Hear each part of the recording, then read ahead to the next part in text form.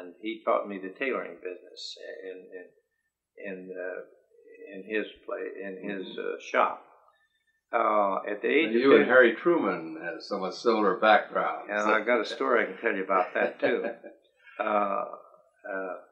So at the age of 15 and a half, when I was in the 11th grade, almost through the 11th grade, I left home and came to California. I ran away from home, as they say in those days. And I never went back. So I landed in California when I was in May, after I was 15 in December.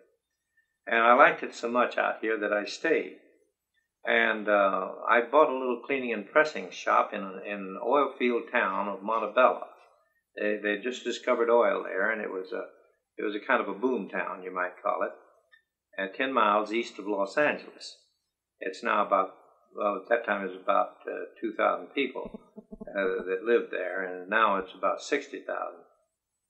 And I started this dry cleaning shop there when I was 17. And when I was 24, I turned it into a menswear store. I kept my dry cleaning business going in the back with a couple of people that I hired to do that kind of work, but I fixed the front end of my store as a stylish menswear store for the young fellows that worked in the oil fields who always wanted the latest styles and everything. And it wasn't long till my haberdasher business became predominant, and I did away with my dry cleaning business. But I kept it for 3 or 4 years until I was sure that I was on the way, you know.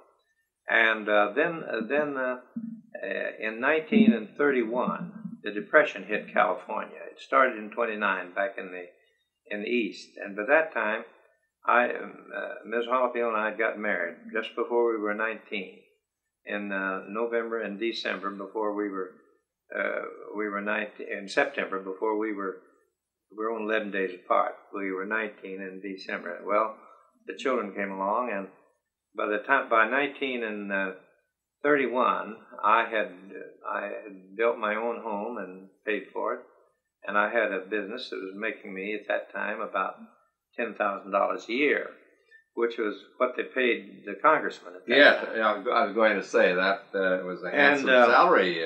And then the Depression hit. And we were unfortunate enough to lose one of our 4 daughters then, a little girl. She passed away suddenly. And I was injured on a hunting trip over on Catalina Island, and I was disabled for 3 years. And during that time, I lost my home and my business and went in debt deeply. As soon as I got to where I could work again, I was shot across the leg here, and I had a big piece of the bone blown out.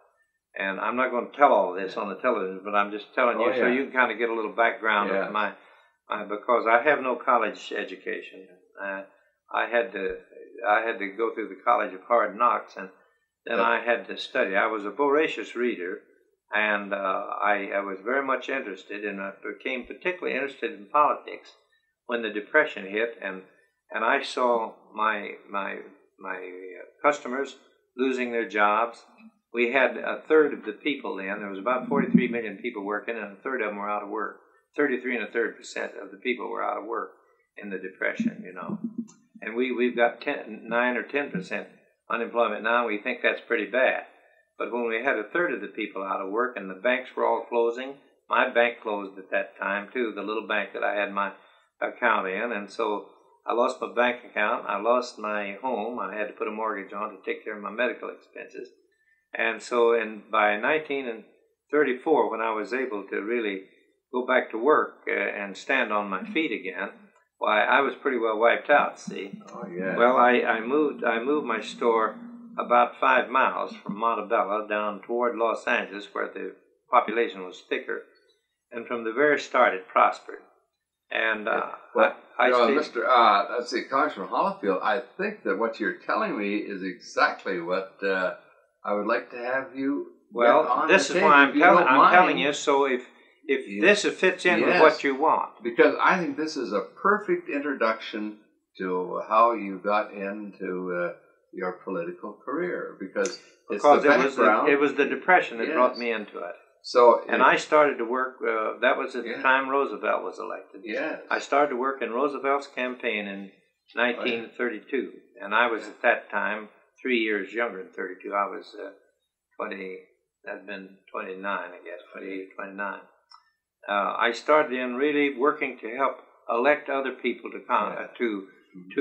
public offices, the governor and all. And I, being a Democrat, of course, I registered as a Democrat, and I formed Democratic clubs, and I handled Congressman Jerry Voorhees' campaign. He was my first congressman. Oh, yeah. I handled his campaign in my assembly district. They had 4 assembly districts to the congressional district, and in my assembly district, which was around where I lived, my store, I handled his first campaign, and then I put together the Democratic County Central Committeemen's Association of the 4 assembly districts, which was 1 congressional district. I put that together as an organization to support the state and the federal Democratic candidates. And I became very active for the next 10 years in that, working for other people. Yes. And I really had no intention, because I was doing better in business than I could have done financially in Congress, you see. But I got very much interested in the different subjects, social, economic, and political subjects, and all this was volunteer work. I wasn't paid for any of it, you see. That's this was the way I got exactly started. how you got started. And then when they made a new, every 10 years they made new congressional districts because of the population. Oh, yes.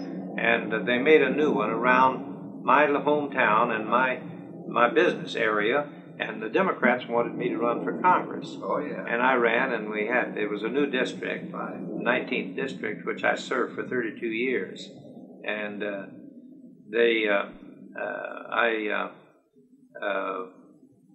I ran for Congress, and there was, I think, 17 ran, and I was elected. Fine. Well, now let's see. I think perhaps. Now that's kind of the way I started, but I don't want to emphasize anything any more than you want me to. Well, I would say now. Remember, I would like to. I'd like to have you tape this as long as you feel comfortable. The tape lasts for 2 hours. For anything from 1 hour to 2 hours is fine. Mm-hmm. So I think that. I want to get a little which led to your interest in political work and public service work. All right. So I think, Congressman Holifield, it's a real pleasure to have this opportunity to videotape a man who's had such a distinguished record in Congress, and in order for future historians to understand these things, we're trying to get a videotape so people can see you and hear your voice describing the important things of your life. So I would like to have you start at an early age, which I think gives us a better idea of how you got started in your life of public service. Thank you. I'll be glad to talk about the things that has happened in my life. By the way, I was just 80 years old on December the 3rd, so I've been here quite a while. I was born in Kentucky. My grandfather was a doctor, a country doctor in Kentucky. He was also a veteran of the Civil War, so-called war between the states, as we like to say in the South. Oh, yes. And he was a captain in Forest Cavalry for 4 years, and he fought, of course, the cause of the Southern Confederacy, and was wounded at the Battle of Shiloh. And he used to regale me with his exploits in the war when I was a little boy, when I'd go to Kentucky to see him. I was born in a small house on his tobacco farm. It was built by my father and his brothers. And when I was 1 year old, the times were very hard, and my father heard about work in the neighboring state of Arkansas. And so he took my mother and me at the age of 1, and we moved to Arkansas.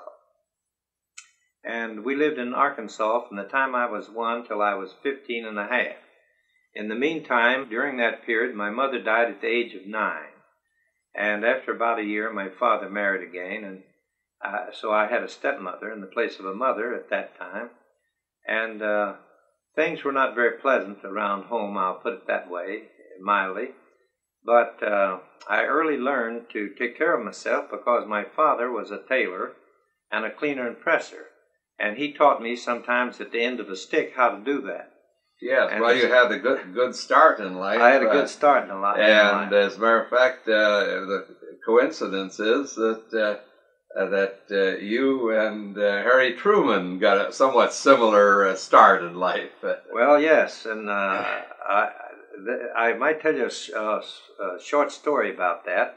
I was the honored guest at a homecoming in my hometown of Montebello, California, after I'd been in Congress a while, and one of the local Toastmasters who prided himself upon his ability to handle a meeting, he made a little speech, and he said, now, our congressman has 3 things in common with President Truman. This was during the time that Harry Truman was president. He said, they both married girls from Missouri. And he said, they both were in the haberdasher business before they were elected to Congress. And then they were both elected to Congress. Now, he said there's one distinction between the two, however. He said Congressman Holifield made a success in business and Harry Truman went bankrupt. And my reply to that was, yes, but he became president of the United States, and I only got as far as a United States representative. And so the crowd enjoyed that little interchange. That's a wonderful story, I think.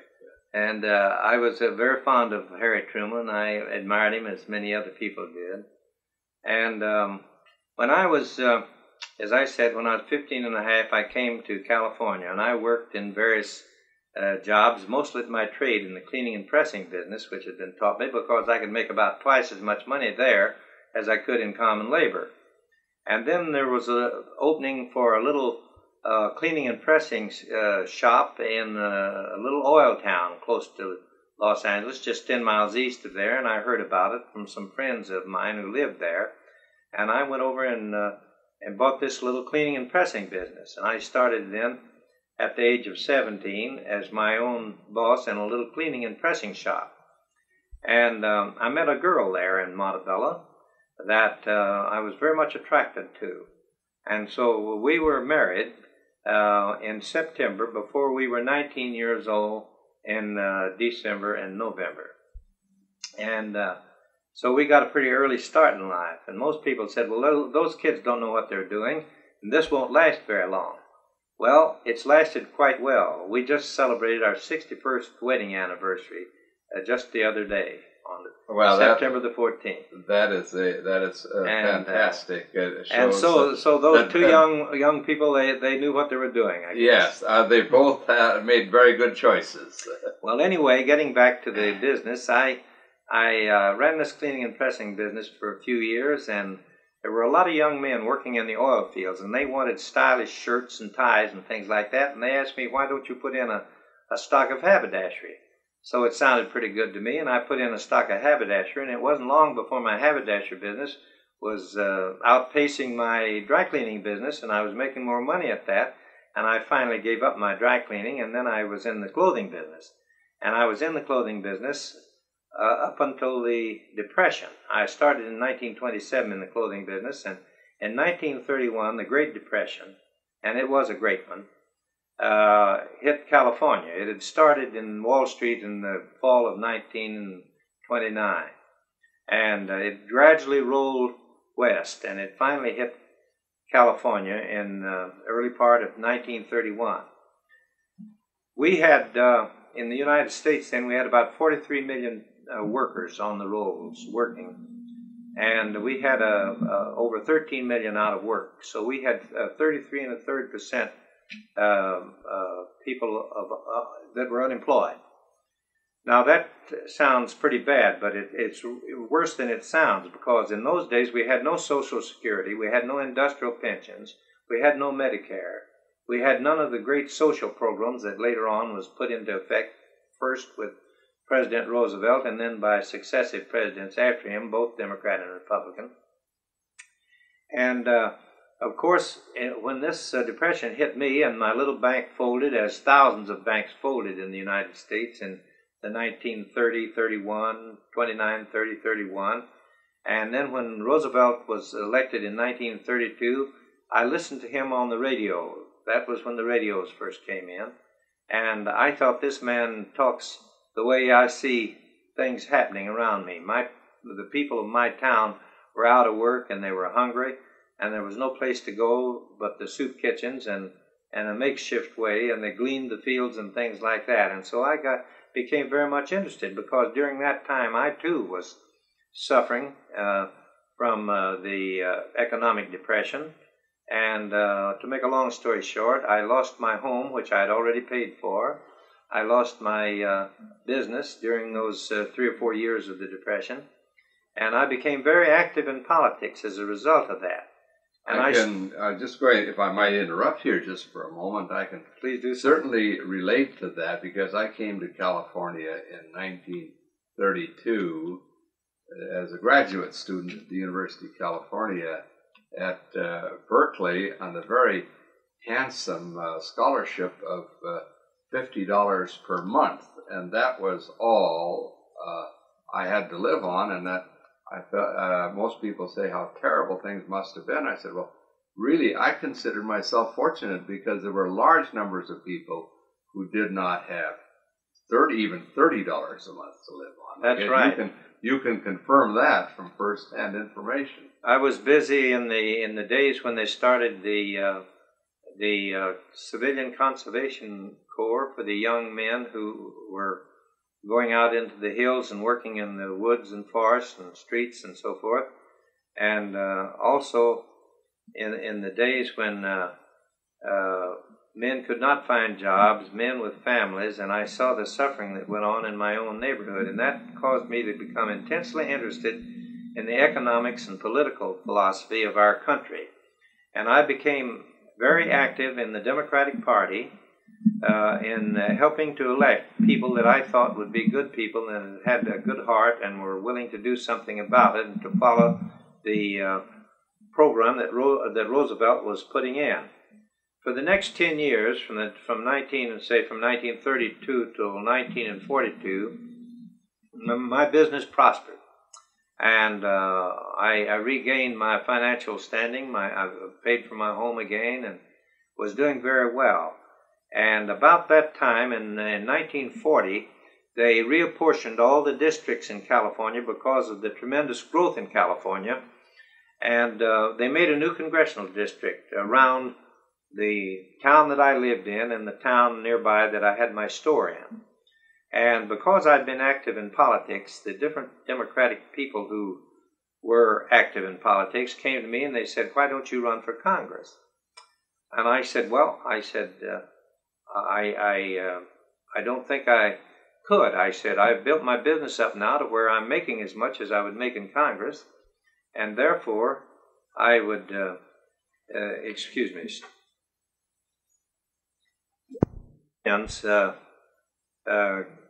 came to me and asked me to run, that finally I agreed that I would run. And I did run for Congress, and I was elected. And much to my surprise, because I had never really set out to be a politician or to run for public office. But anyway, it happened, and so I made a deal with the young man in my store that I would split the profits of the store if he would stay on and run the store for me. And I said, I'll try it for 2 years. And if I don't like it, why, then I'll come back. And if I do, we'll make another arrangement. So anyway, my store continued to prosper. And I was not a rabid partisan. I had friends on both sides of the political stratum, and people knew me, and I was active in the community, in the Chambers of Commerce, and the Lions Club, and the Breakfast Club, and different things like that, and helped to get parks going and things like that. And then during the time of the Depression, I helped a lot of people get work, because I also helped elect the county supervisor and he was in charge of the WPA program in this area. And I had grown men with families come to me to get a job for $50 a month, working on the WPA, that is digging ditches or whatever they were doing. And the tears would run down their face because of the stress and strain they were under from an economic standpoint. So I helped a lot of people in those days to get work, and I helped to raise money to send trucks down to San Pedro to get the extra fish they couldn't sell when the fishing fleet came in, and they brought it up and they distributed it in the neighborhood of East Los Angeles, which was a poor neighborhood. So I made many friends, and that stood me in good stead when I ran for Congress, because people knew me and they knew the principles I stood for, and therefore they got out and worked as volunteers. Many of them were out of work and didn't have a job anyway, and so they'd go from house to house and pass out the literature about me and what I stood for and things like that. Yeah, I was going to ask, could you clarify what district this was of Los Angeles? Well, this was the 19th Congressional District, and it was directly east of Los Angeles, and it covered an area of about 20 square miles, I'd say. Oh yes, that fixes it. Yes, it was a homogeneous district. It was heavily populated. There was no big areas of undeveloped land in it. There were 7 cities in it, and they ran right into each other, you know. So I could easily cover from one end of my district to another and make speeches in a day. You know, I could make it from one end of my district to the other. Sometimes it'd take a long day, but I would do that. And I had a strong Democratic district, and I evidently satisfied them, because I was elected in 16 primary elections and 16 general elections for a total of 32 years of service, which set a record for the state of California. And I could have gone on, but that time the 32 years was up. I was 71 years old at that time. I went in when I was 39, and I was 71. And we decided, by that time we had a large family. We had four daughters, and they were married, and we were getting grandchildren, and once in a while a great-grandchild. So we thought that if we were going to have any association with our family, that we'd have to leave Congress. And so reluctantly I left Congress.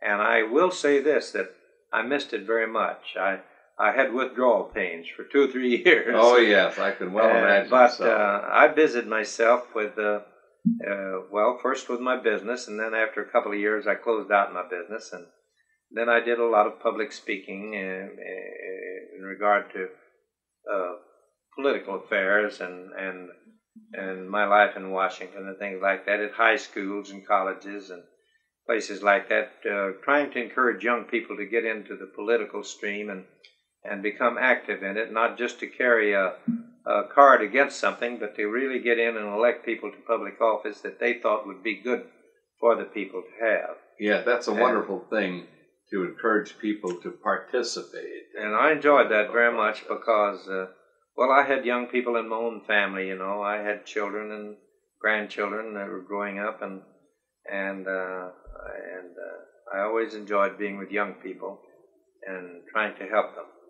Well, getting back to my congressional career, when I first went back there, I was fortunate to get on the Military Affairs Committee, and that was in 43, 44, and 45. The war was on, and that was a very active committee at that time.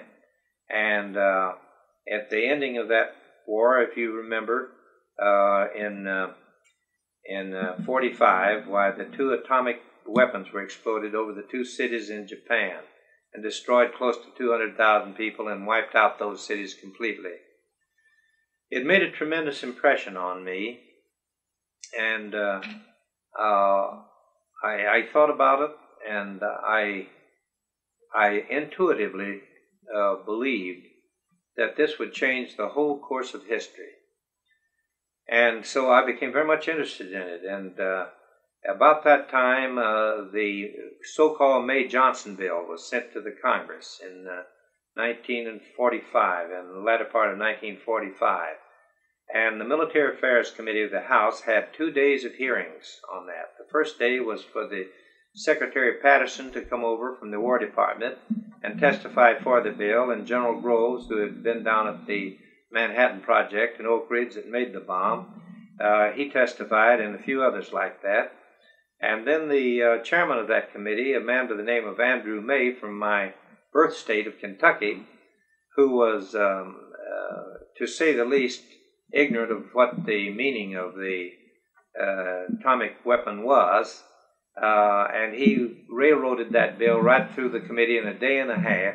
I was only able to get two people from the opposite side of the military control bill, and that one of them was Dr. Leo Szilard, and the other was Dr. Harold Urey.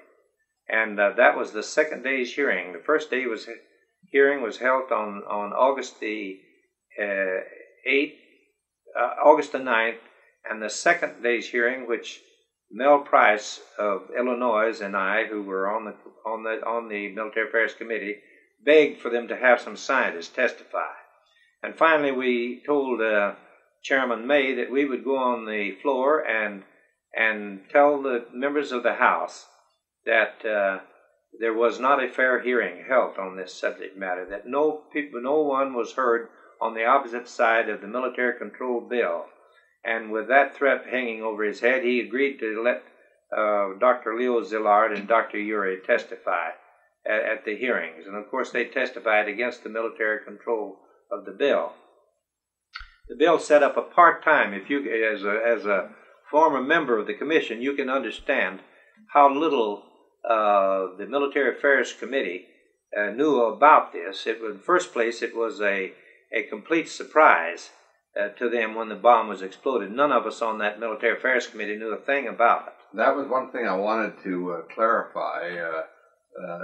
This was kept so secret that the funds were obtained through, you might say, discretionary or secret funds for secret projects. I'll be glad to tell you exactly what happened. Dr. Einstein wrote a letter to the president, and he brought to his attention the fact that this discovery of the fission of the atom could be made into a weapon, and that there was no doubt in his mind that some of the European scientists were already working on it, and as it turned out, they were. But anyway, President Truman asked for a special secret fund of $2 million for the research and development into improving the weapon position of the United States. And what he was really saying was that they wanted to see if they could make the atomic bomb.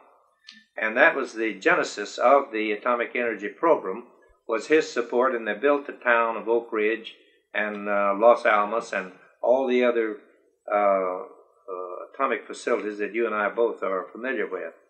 And it was kept secret. These towns were closed towns.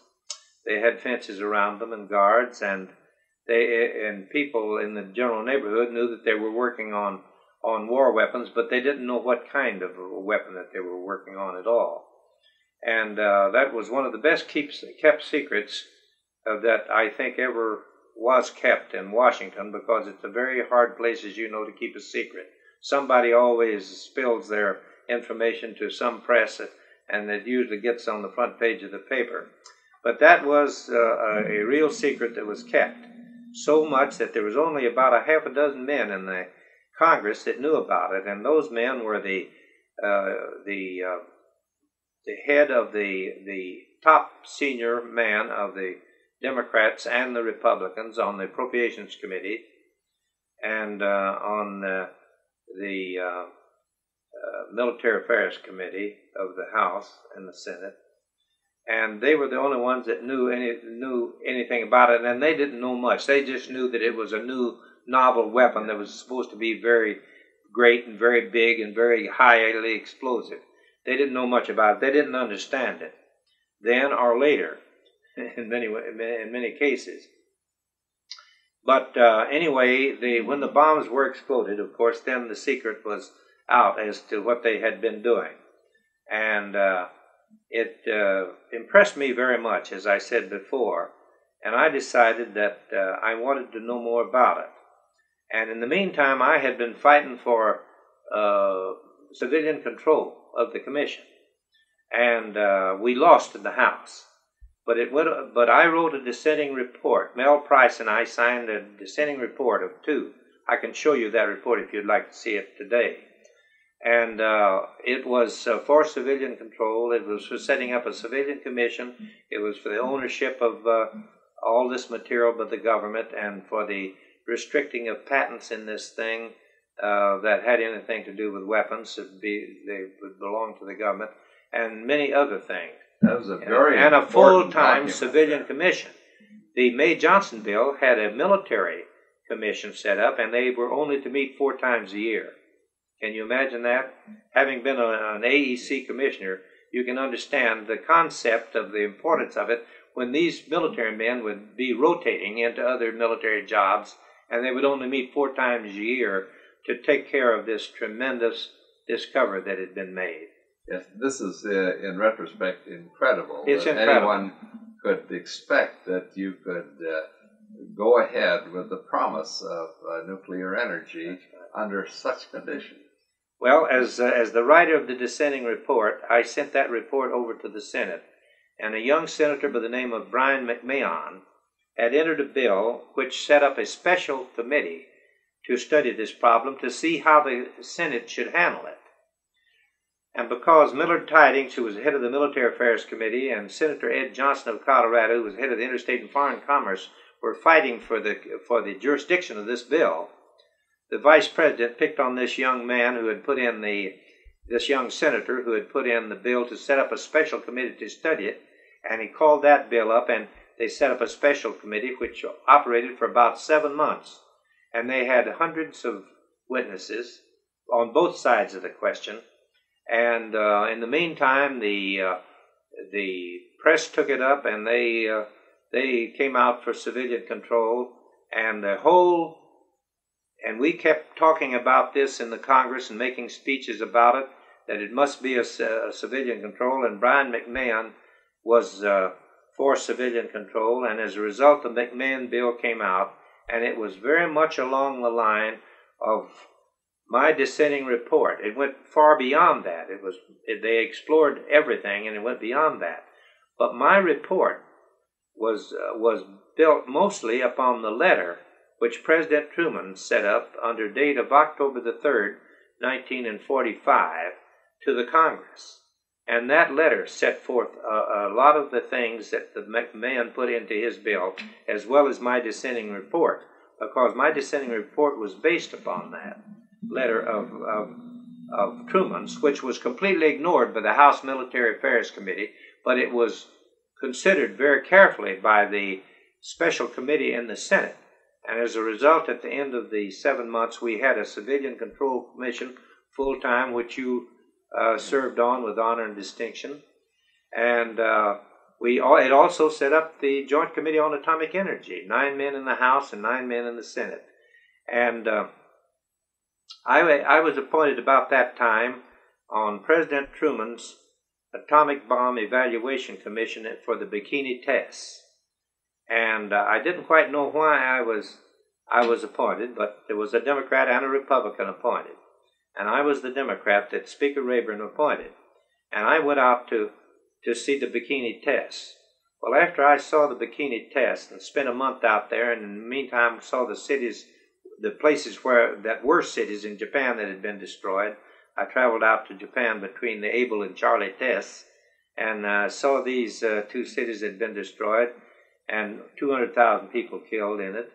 And that confirmed my belief that this was indeed the most momentous discovery of the 20th century, and that it could change mankind, the war capability of men. It would change them to greater destructive power, but it would also, if that same power, which was energy, was used for civilian purposes, it could bring about a great deal of blessing to the people from peacetime application of the atom. And so I continued to talk on that, and that was written into the bill. The peacetime application as well as the military improvement of our weapons. And so when I came back from Bikini, the speaker asked me, he said, Chet, how would you like to go on this new Joint Committee on Atomic Energy? And I said, well, Mr. Speaker, there's nothing I would hope for in life than to be placed on that committee, because I really believe that it will change the course of mankind's history. And he said, well, I'm going to put you and Mel Price on that committee. I was 6th from the bottom on that committee in seniority, and Mel was 5. And he picked us as 2 of the 5 that went on that, of the 5 Democrats that went on that committee. And I said, well, I'm astounded. I said, why did you do this? He says, because you wrote the dissenting report, and you and Mel Price signed it, and the other 27 men on the committee went the other way. And he said, you were right and they were wrong. That's why I'm putting you on the committee. And that was my introduction to that. And of course, when the Smythe report came out, and by the way, I've got a copy of it here. I'll show you one of the original Smythe reports. I got a hold of it, and I read it and studied it. I didn't understand it because I didn't have a college education, and I certainly was not a physicist or a chemist, but I did read it. And there was one other man that read it in the Senate. His name was William Fulbright. And when the reporters, after the Smythe report came out, they made a poll of the members of the House and Senate, and they found out that only 2 people had read that report. And they asked me and I had it, and I'll show you a copy of it. That is amazing because, of course, the Smythe report is a very excellent account of the entire development of the Manhattan Project. Yes. In fact, it has been called the greatest document for the it's been called Smythe report on you, and I was wondering if you could show us what the Smythe report actually looked like. Your copy here is really a rarity. Yes, I'll be glad to, because I bought this book. It says Atomic Energy for Military Purposes by Henry DeWolf Smythe. And this was the first real explanation that was made public, because most of it was in a very secret situation. And Dr. Smythe was criticized some because he did this. But he did not reveal secrets that wasn't known to the other scientists throughout the world. But he did give it enough of a flavor of authenticity that we who were very much interested in it could read it. And of course, I didn't understand it as I would have if I had been a graduate chemist or a physicist. But there's a great deal of it is written plainly for non-scientists as well as scientists, and I did get a great deal of good out of reading this. It was very interesting to me, and as the years went by, and I spent my 28 years on the Joint Committee on Atomic Energy, I could read it a little bit better. And one thing I'm very proud of, Clarence, and that is that when I left Congress in 1974, I'm holding up the Henry DeWolf Smythe Award with the outline of Dr. Smythe on it, and on the back of it it says American Nuclear Society and the Atomic Industrial Forum. They're 2 of the big organizations, you know. Present this to Chet Holifield, October the 30th, 1974, and the title of Nuclear Statesman is under that. And of course, I prize this far more than I can say in terms of money. It's one of the great rewards that I got in life from the work that I did for so long on the Joint Committee on Atomic Energy. And of course, I keep that under lock and key most of the time. Yes, well, that is fantastic. I think that the important part about this is that this particular book was written in such a way that decision makers like yourself could read and come to an informed decision on so many things. And many books and articles are not written in that way, so that you can reach. You're certainly right about that. But I want to call to your attention, and I believe you will agree with me, that in holding the hearings, and there's 165 volumes right back of me here, and I'm sure the camera will show them, a part of them. There's some of these shelves are too deep in books, and they are the hearings that we held over the years, the 28 years that I was on the committee. And I've had many university professors tell me that we put together in one book or in a series of books more concentrated information in the field of atomic energy and physics and chemistry and so forth than there was in any collection anywhere in the world. And they used these books as reference books to teach their students in the different colleges when they were teaching them about atomic energy. And that again was a reward that we got out of our work there. And I frequently had to admonish the scientists when they were giving testimony before our committee to give us testimony, and many times I'm asked this question, give us testimony so that a high school student can understand what you're saying. If you use the word milligram, tell us what a milligram is.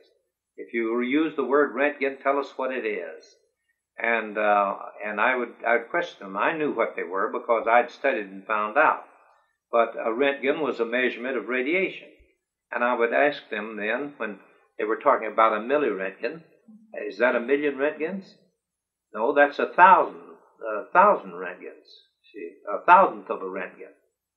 And so I said, well, let's put this down into practical understanding. I said, when you get a fluoroscopic examination of the chest, about how much exposure do you get in measurement? And they'd say, well, you would probably get about a Röntgen.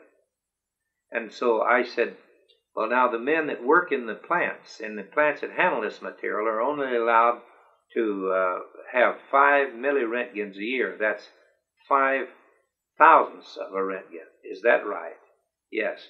Now we know what a Röntgen is. It's a measurement of radiation, and we use it the same as we use X-rays to peer into those mysteries within the body. And now we know that if a person only gets 1,000th of a Röntgen, he isn't exposed very much. And then I'd sometimes say, every time I go to California in an airplane, I'm exposed to solar radiation, the equivalent of 3 to 4 milliröntgens, and the same when I come back. And I said, so we want all of these words so that the reader, because I said there's only 200 people in this room today listening to this explanation, but I said there will be thousands of young students in the universities that will read this, and they will have a right to look up in the glossary what these words we are using, and you scientists are using so easily, but we laymen have to study very hard to keep up on the real meaning of it, and therefore know the meaning of your testimony.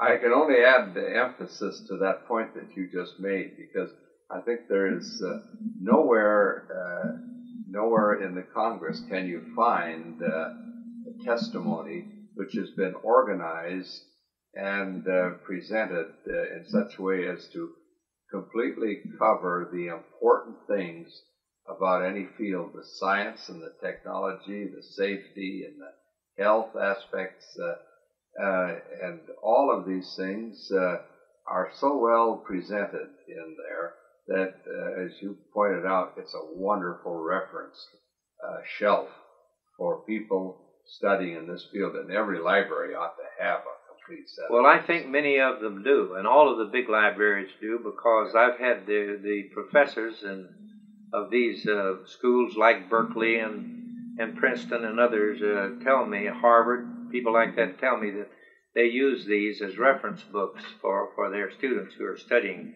the problems of radiation and and nuclear energy.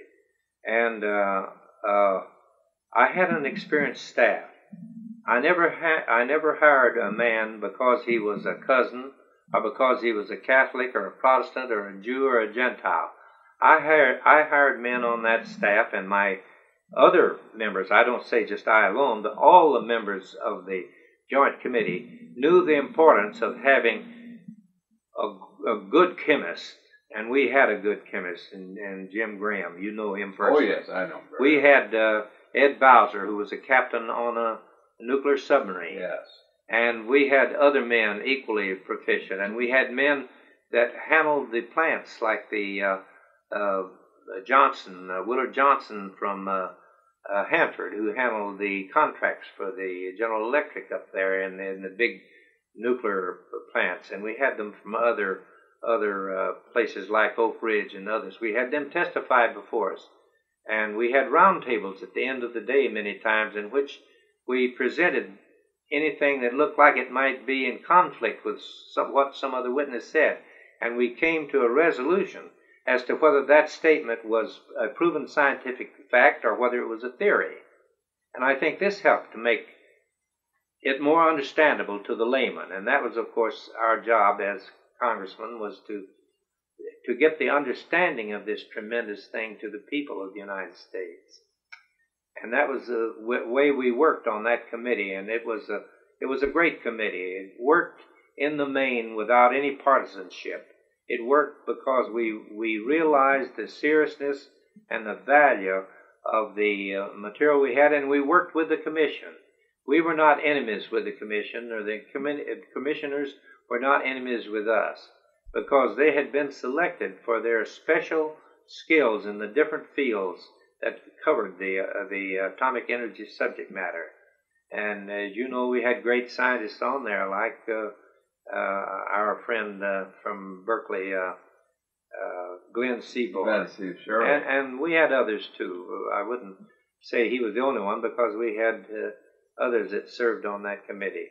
And we had staff people on our staff that could talk to those people in scientific jargon and understand what they said, and also point out in their testimony, their written testimony, the things that needed to be clarified, yes, so that the layman could understand it. And that was where that expert staff came in to help. We, members of the Joint Committee, all of whom were laymen as far as scientific matters were concerned. Well, that staff was very helpful there, and I don't know really of many instances in the staff of Congress where the staff was uniformly well-informed, well-educated in this field, and you could always go to the staff, and you may disagree with some of their conclusions, but you could always talk intelligently with them, knowing that they had the background and the mathematics and the chemistry. That's right. To discuss a problem on a professional basis. On a professional basis. That's right. That's right. Well, I think that point is well taken, and it was one of the things that I think that we can all be proud of.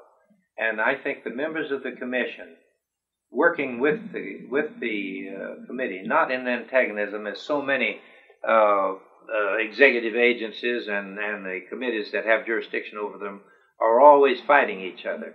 We were working together. We respected each other, and we may have differed at times with each other, and we discussed those differences openly.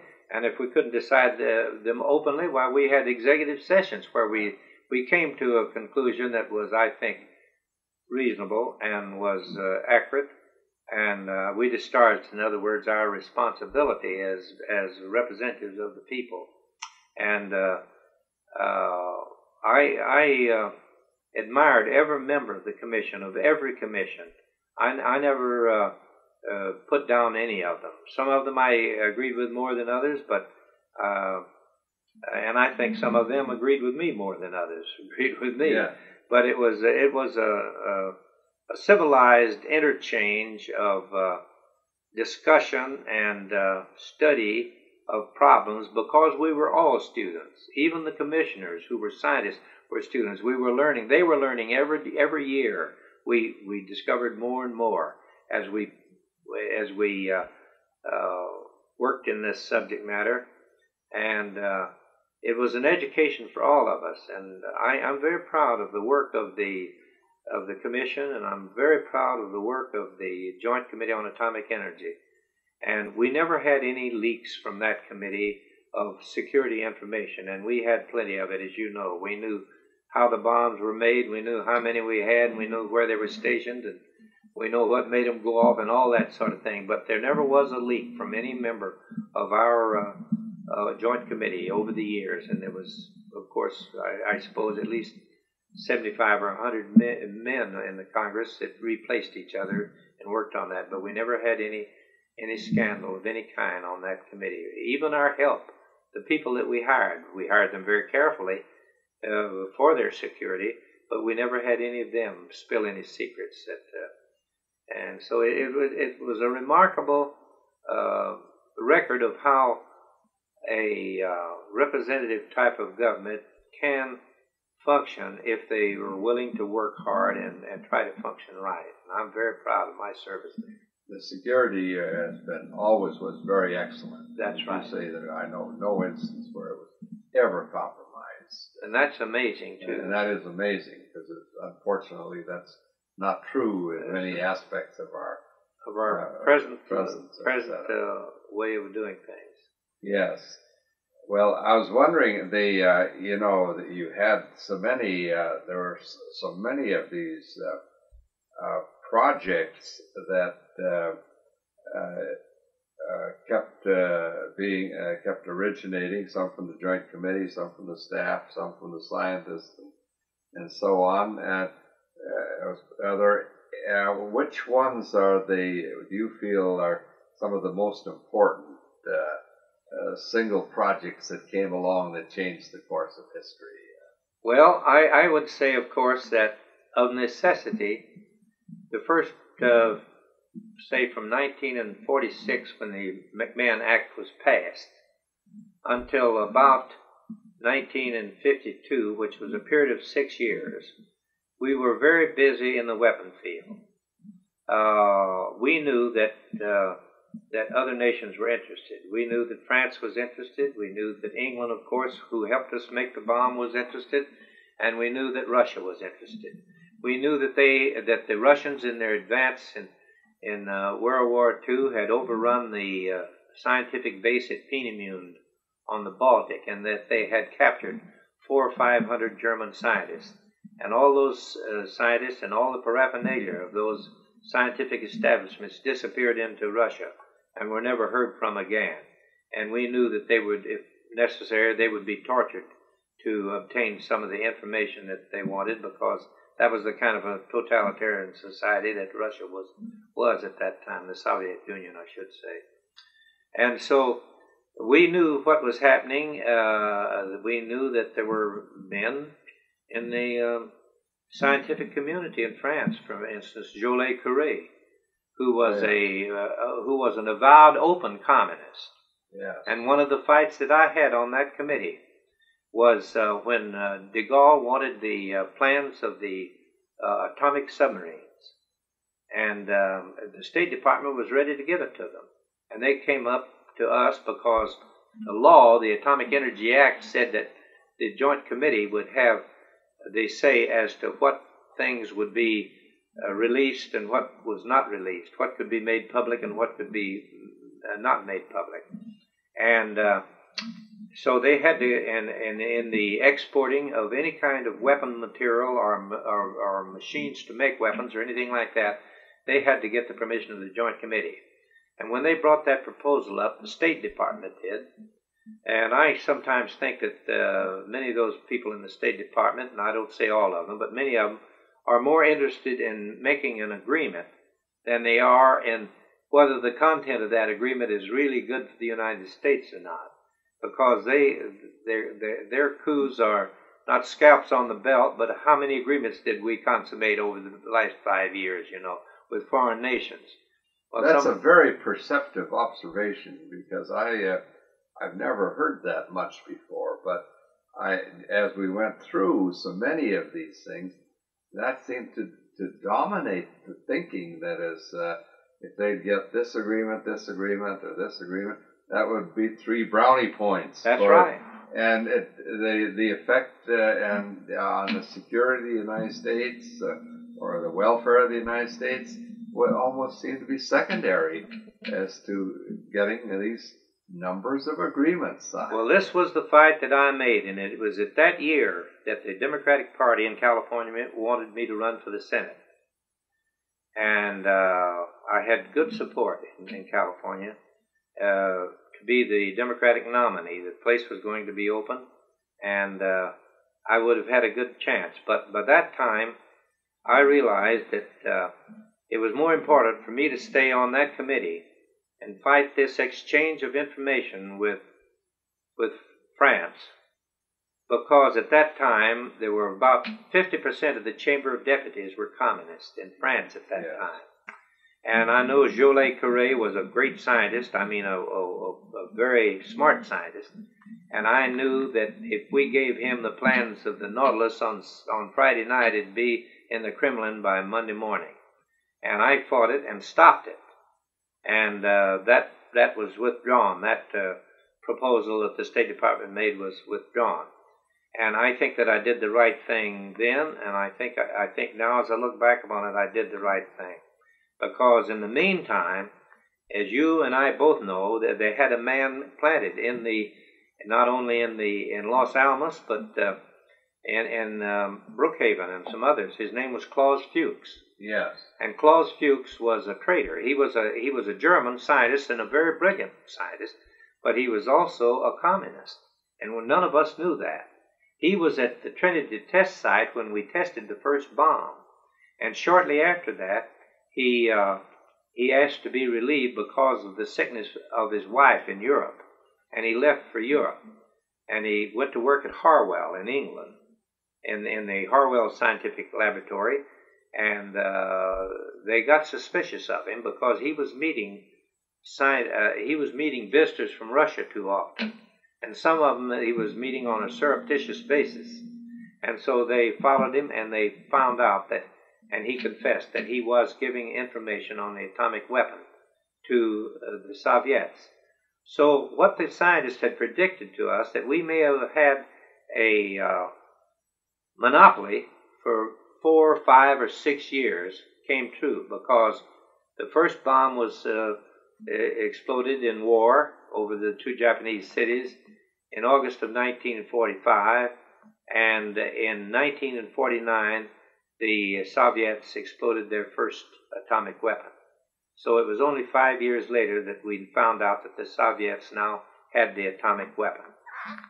So that the scientists were warning us, and that was why we worked so hard those first 5 or 6 years in making our bombs more powerful, making them lighter in weight, making them more deliverable in terms of missiles, or in small bombs under the wings of small bombers, and big bombs in the belly of the big bombers.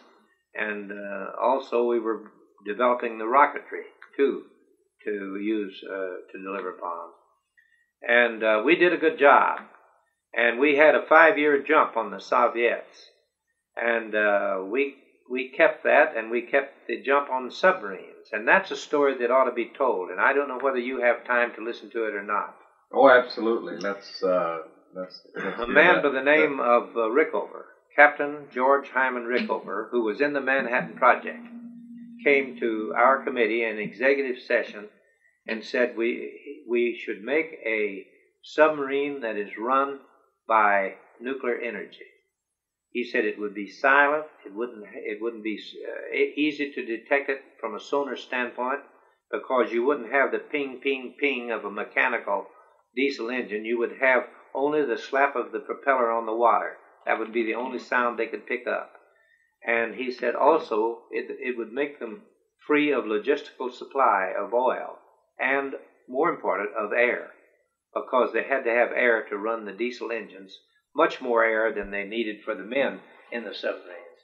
And so we listened to him, and it made sense to us. And men like Scoop Jackson and Anderson, Senator Clinton Anderson, Mel Price, Chet Holifield, and others on the committee because we worked together pretty much as a group. But we were very interested in this. But we couldn't get the Navy to embark upon a nuclear submarine project. So we finally made a deal, and I don't know whether you're aware of this or not, but we made a deal with the Navy that if they would furnish us 2 hulls, we would, under our powers of research and development, we would develop the nuclear engines to go in to propel the submarines. Now, this was what Rickover wanted, and he said before we go make the real submarines, we're going to build 2 wooden frames out on the Idaho testing station out in Idaho, Naval Testing Station, that will be a facsimile, inch by inch reproduction of the contour of a submarine, and we're going to put these nuclear reactors in there that will make the steam, that will run the turbines and the generators, that will turn the propellers on those submarines, and we're going to try them out there. And so the Joint Committee and the AEC, working with the AEC and with our laboratories, we actually made the first 2 nuclear plants that went into those 2 facsimile submarines out there. And in the meantime, we were working out the bugs in it, and we made actually 4 more engines. We made 2. One of them was a water-cooled, and the other was a sodium-cooled. The Sea Wolf was sodium-cooled, and the Nautilus was water-cooled. Both of them worked. These were the real submarines, and they furnished us the hulls. That's when they furnished us the hulls, and we did the rest. Now, the rest was this. You could build a diesel submarine engine submarine for about $17.5 million. It cost $50 million to build the Nautilus and the Sea Wolf, and that didn't include research and development. And that was 3 times as much. And that's why the Navy wasn't interested, because it was after the war and they had lots of officers that stayed in for career purposes, and they needed berths for them. And we couldn't sell them the idea until we said we will pay the 2/3 of the $50 million in research and development and application if you will furnish us the hulls. They furnished us the hulls, and we put those in, and they were both successful. And I can say now that the old submarine, the old pig boat as they called it, the diesel submarine, could go 8 knots an hour for 4 hours. And then it could go on batteries for 4 hours at 2 knots an hour. And then it had to come up to the surface, not for oil to run the submarine, the diesel engine, but for air to run that engine and to take care of the men. And it could, and the nuclear submarines that we put in the water, the Nautilus and the Sea Wolf, were between 16 and 18 knots, and they could go around the world without refueling or coming up for air, because they could put enough air in there to take care of 90 days underneath the water without having to come up and replenish their air for the men that were in there. Yes, those are fascinating. Those are fascinating things that a lot of people don't know about.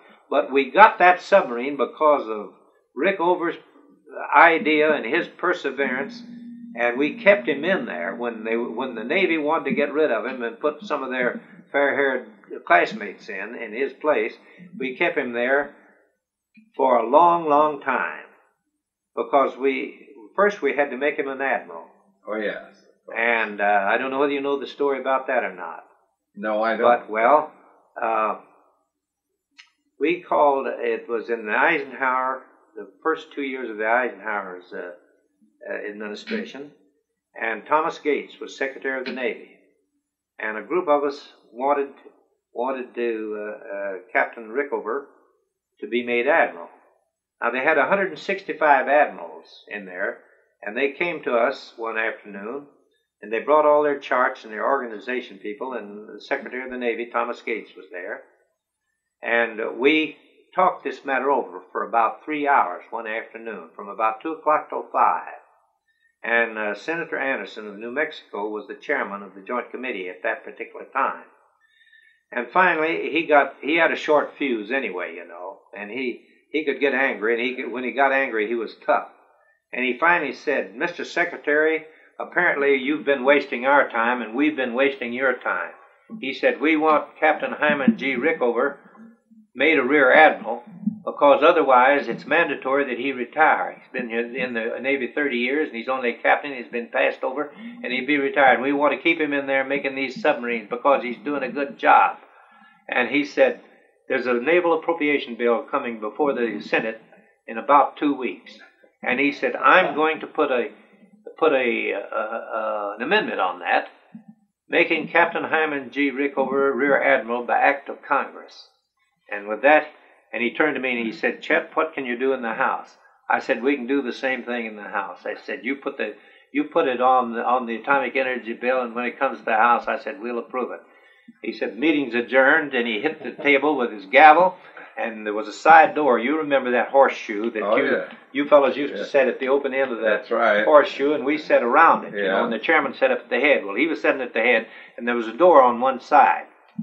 And he got up and he walked out, and all of us, Republicans and Democrats, walked out behind him and left Secretary Gates sitting in his witness chair there with his staff and his pictures of the pyramids, which he said, "You've got to have a pyramid before you have an admiral, see?" And he had 165 pyramids, but he couldn't find one that was vacant for Admiral Rickover. In the first place, he was a man that did not kowtow to superior authority. He was an individual. And if he thought he was right, he was right.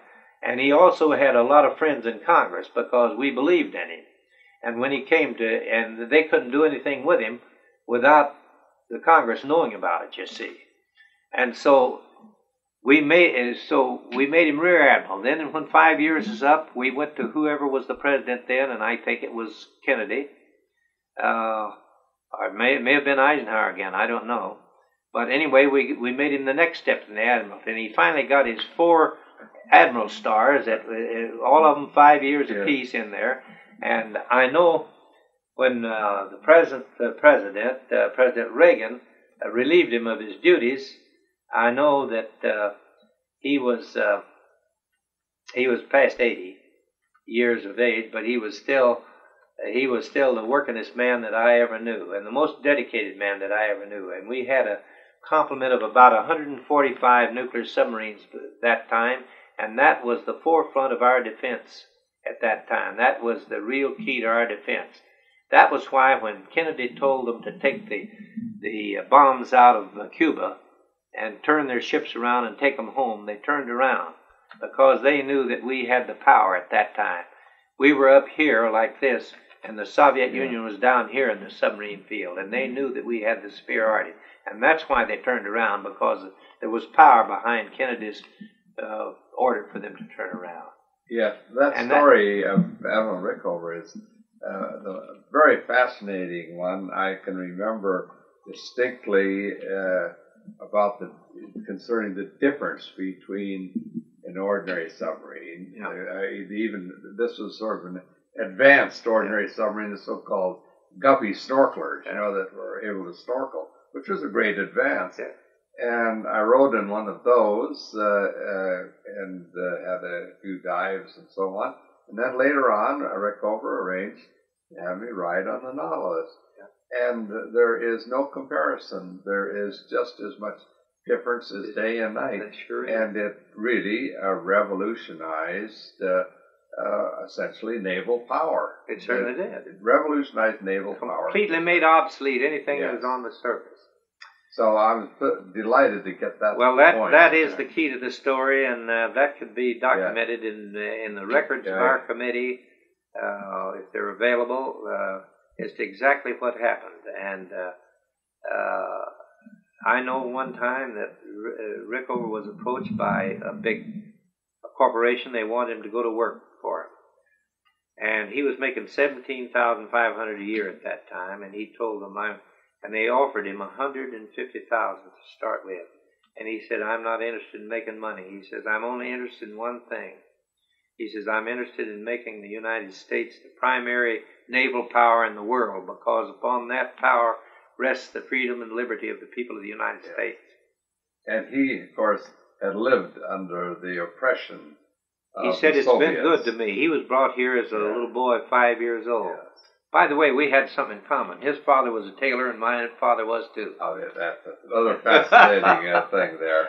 Yeah. Well, of course, as another outgrowth of this came, of course, the first example of civilian nuclear power. Oh, yes. And I was wondering if you could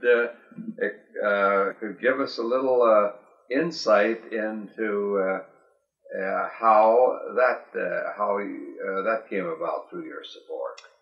The October the 3rd, 1945 message of Truman, President Truman, to the Congress, stressed in several different instances, and I could get those quotes for you very easily, the need for civilian application of the power locked up in the atom. And that was one of my reasons for fighting for civilian control. And that was one of the reasons why we pushed ahead. And one of the things we pushed ahead in is just what you've mentioned, was making electricity by nuclear power. And today we're making 12% of all the electricity we make by nuclear power. And when the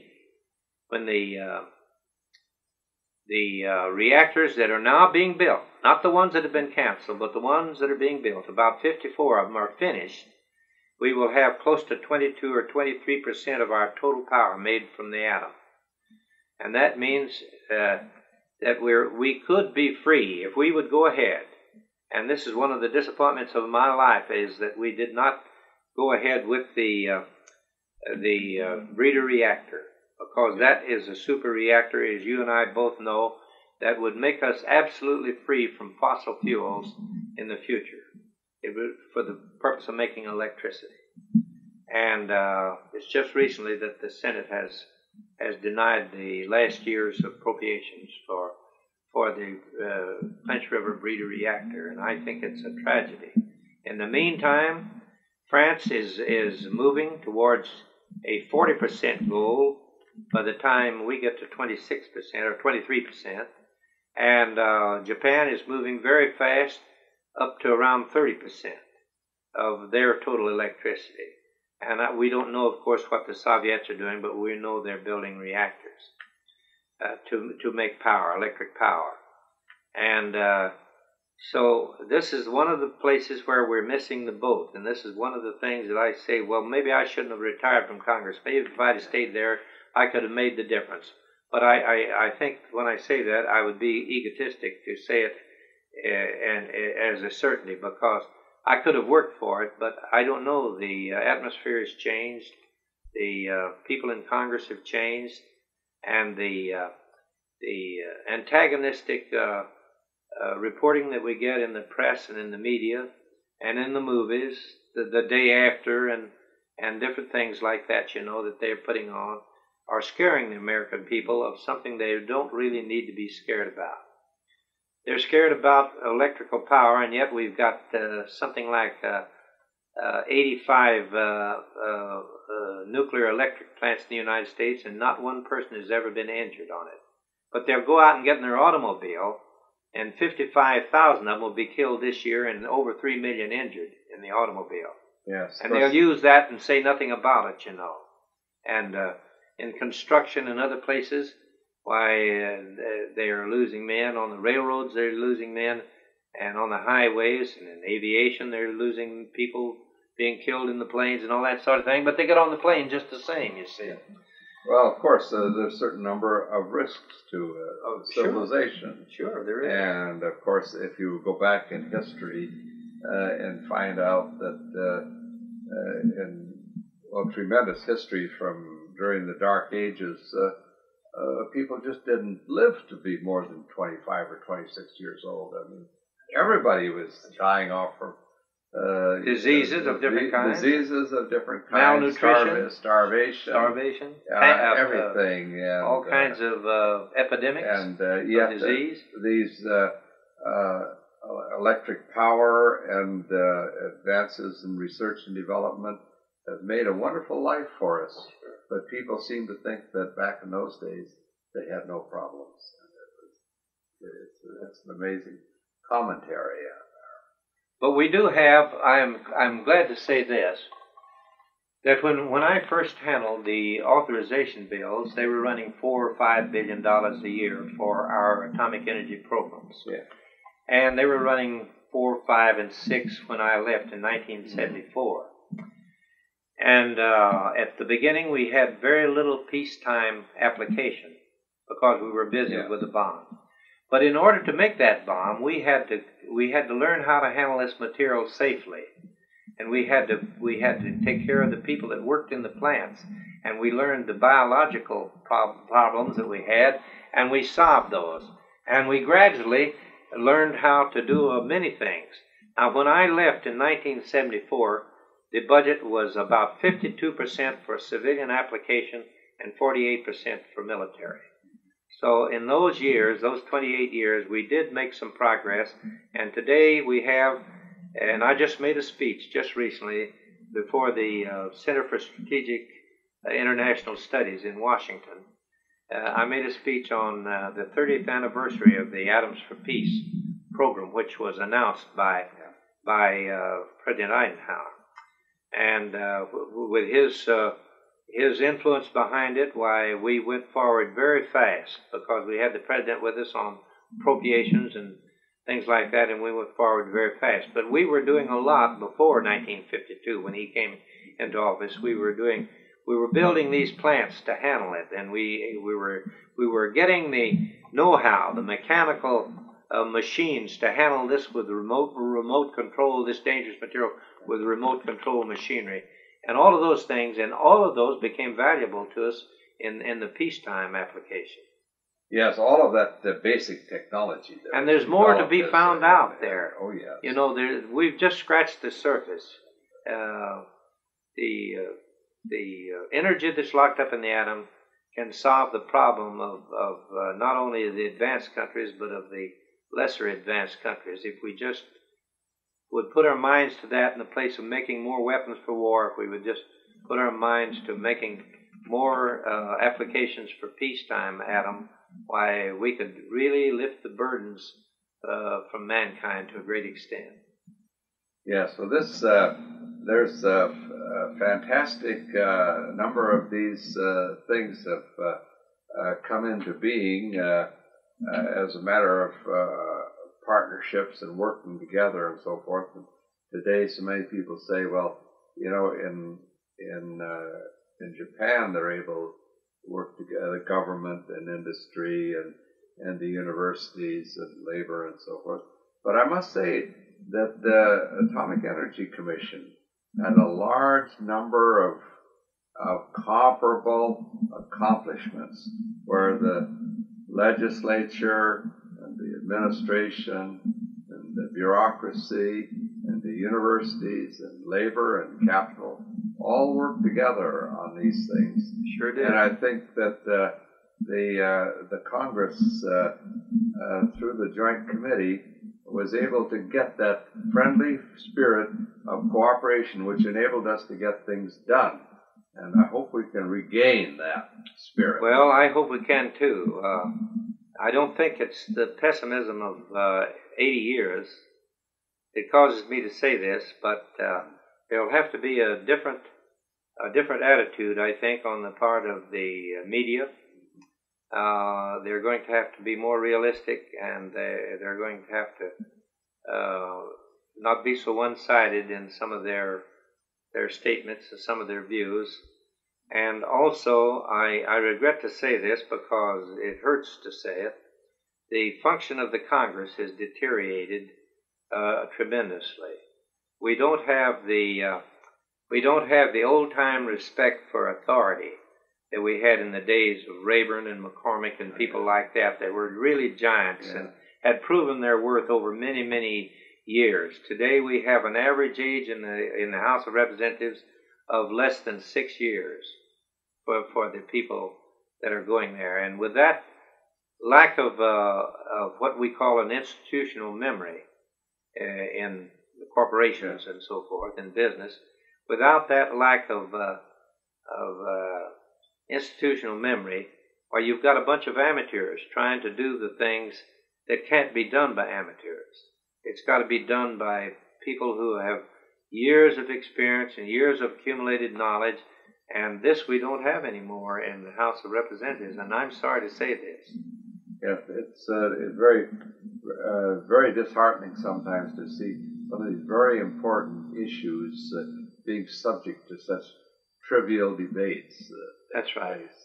Well, they've taken the jurisdiction of the Joint Committee on Atomic Energy. They destroyed that after I left Congress. They destroyed the Joint Committee and parceled out the jurisdiction with 4 different committees in the House. And 2 of those committees, at least, are antagonistic to nuclear power. And the other 2 are quiescent. But in any event, 4 cooks in the kitchen will spoil the mess. Yes. Can you imagine you trying to run a business on that sort of a basis? You can't do it. You'd be bankrupt no time at all. You certainly would. And as I say, I hope it isn't the pessimism of old age that causes me to say this, but I believe I'm really telling it as it is, that today they're having trouble. And this comes from the leaders of the House and talking to me. They say, Chet, you don't know how long it takes us to get a little bill that ought to be passed, a perennial bill. One comes up every year, and we have to renew it every year. And how long it takes us to get it passed. Sometimes it takes us 2 or 3 days, because all these young fellows want to put amendments on it. They want to try out their legislative prowess and their skill in what do I want to use the word, in parliamentary, in parliamentary procedure. They want to try out their skill and practice their skill in parliamentary procedure by offering amendments that are not germane to the subject matter and that are not acceptable to the bulk of the Congress, even if they're adopted in a committee. Well, this is a very well. You've certainly given us a wonderful picture of the very important things that have been accomplished during your career in the field of atomic energy. However, there are some other items which you mentioned in which you were deeply involved in, and I was wondering if you could give us a brief summary of the things like you're in the transportation field and housing and urban development and many other things perhaps I don't even know about. But I was wondering if you could just give us a brief summary of those things. I'll be glad to do that, Clarence. But first, I'd like to go back to